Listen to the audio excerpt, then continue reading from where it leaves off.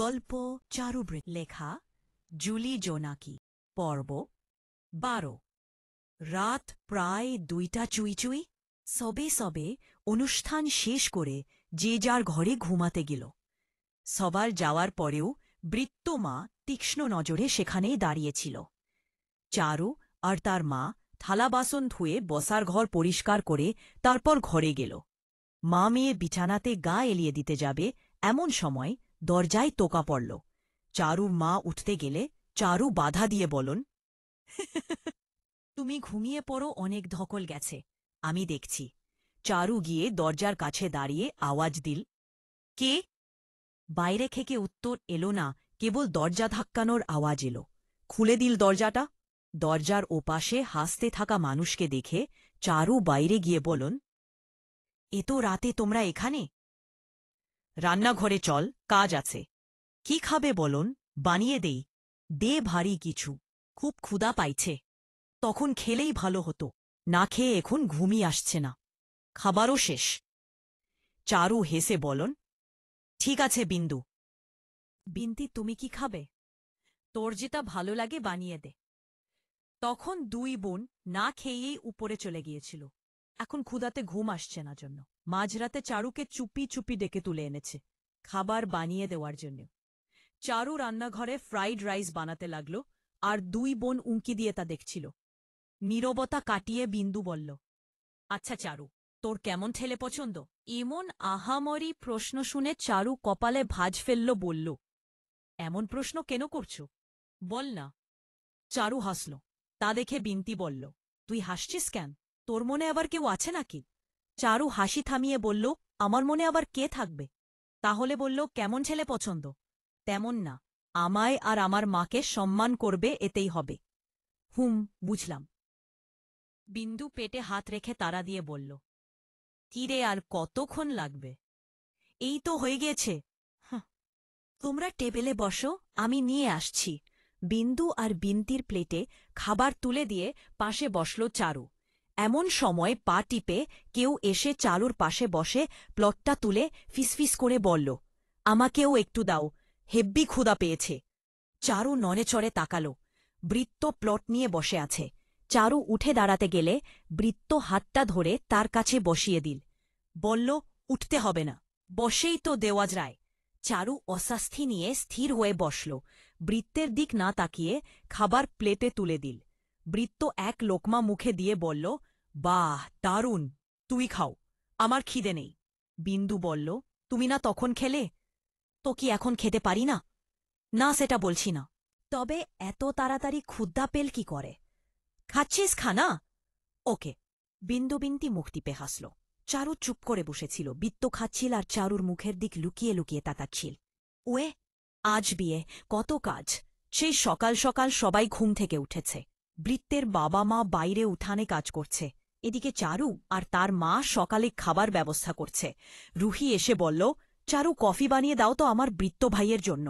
চারু ফ্লোরে বসে সবজি কাটছিল। রুহি হাঁক দিতেই বলল, একটু অপেক্ষা করো। পারব না গো, এখনই দাও। চারু বিরক্তি নিয়ে উঠে দাঁড়াল। কফি বানিয়ে দিল, তা রুহি বৃত্তের রুমে নিয়ে গেল। বৃত্ত ভাই, ঘর খুলো। বৃত্ত খালি গায়ে উপুর হয়ে বেঘরে ঘুমাচ্ছিল।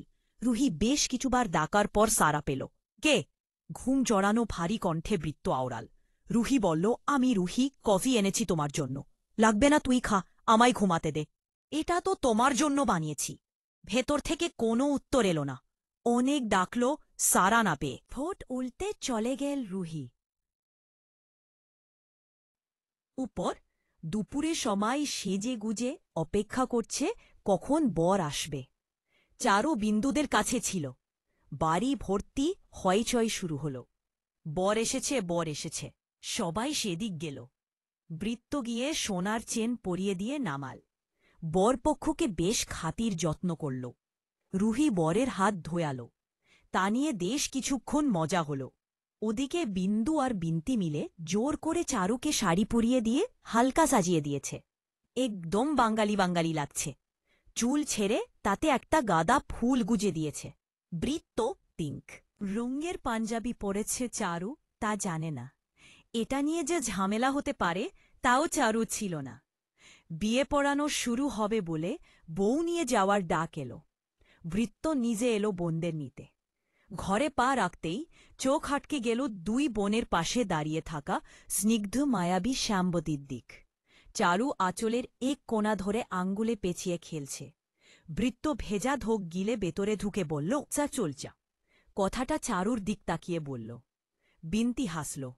বিন্দু বলল, কাকে নিতে এসেছে, আমাদের নাকি চারুকে? ভৃত্য চোখ ঝাঁকিয়ে উঠল, চোখ ছোট্ট ছোট্ট করে জবাব দিল, বিয়ে তোদের ওর দিক নজর দিচ্ছিস কেন? আমরা কখন দিলাম তুই তো ওর দিক তাকিয়ে কথাটা বললে? চারু বেশ লজ্জা আর অস্বস্তি একসাথে নিয়ে মাথা নিচু করে দাঁড়িয়েছিল।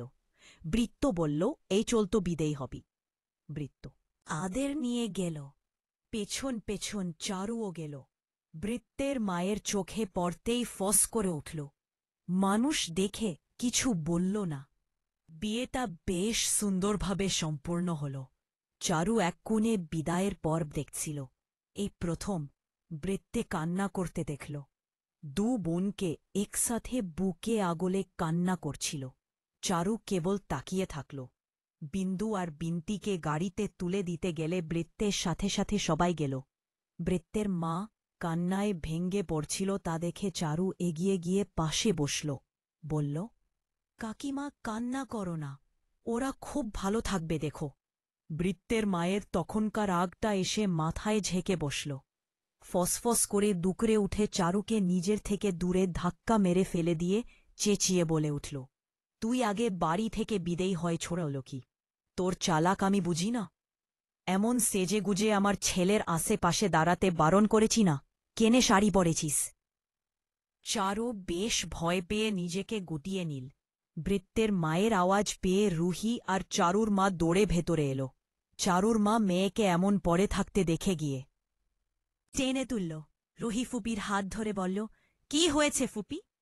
ভৃত্যের মা মারার জন্য হাত তুলে এগিয়ে যেতেই ভৃত্যে এসে ধরে ফেলল। আস্তে আস্তে বাড়িতে মানুষ ভরে গেল। ভৃত্যের বাবা এসে জানতে চাইল, কি হয়েছে ভৃত্যের মা, এমন করছ কেনে? ভৃত্যের মা মুখে বাজে ভাষা ব্যবহার করে বলল, এই খানকিটারে বাড়ি থেকে বিদে করো, আমার ছেলেটারে ফাঁসাচ্ছে ছোটলোকের বাচ্চা, এই জন্য বে। ভৃত্যে তার মাকে থামিয়ে দিয়ে বলল, কি হয়েছে মা, এমন বাজে ভাষায় কেনে কথা বলছ? কি করেছে চারু? কি করেছে? হ্যাঁ, আচ্ছা, তুই সত্যি আমার ছেলে তো?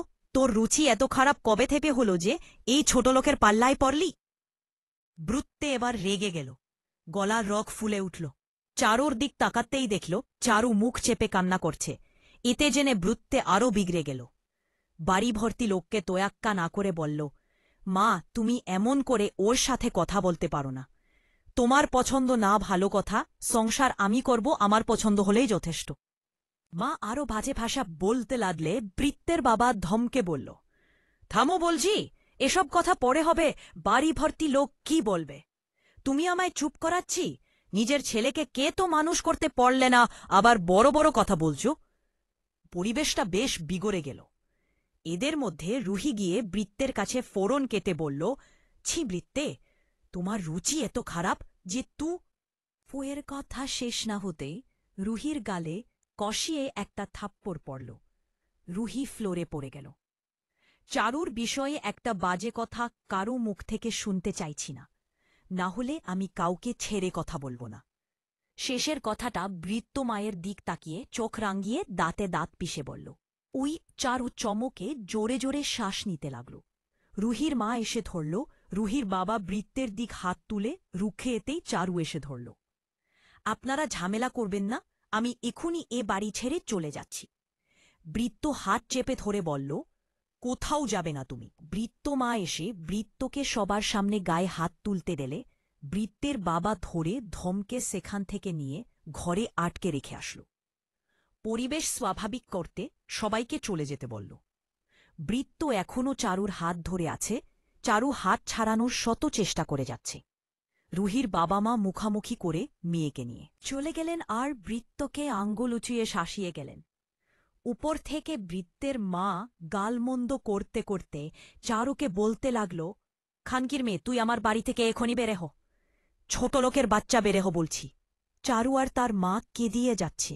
জোরে ঠেংটা দিয়ে হাতটা ছাড়িয়ে নিয়ে এক কাপড়েই বাড়ি ছেড়ে চলে গেলে চারু আর তার মা। বৃত্তে আটকাতে গেলে চারু চেঁচিয়ে উঠল, ঠে, আপনি দয়া করে আমার পিছে আসবেন না। আপনি আমার জীবনটাকে আজ সবার সামনে ঝংকার বানিয়ে দিলেন। বারণ করার শর্তেও পেছনে পড়ে আছেন। আমি সব ঠিক করে দিব, আমার কথা শুনো। চারু বৃত্তের কথা না শুনে কাজল লেপ্টে কান্না করতে করতে বাড়ি ছাড়ল। বৃত্তে ফ্লোরে বসে ক্লান্ত সুরে আওলাল, ইয়েও না চারু, শুনো। চলবে?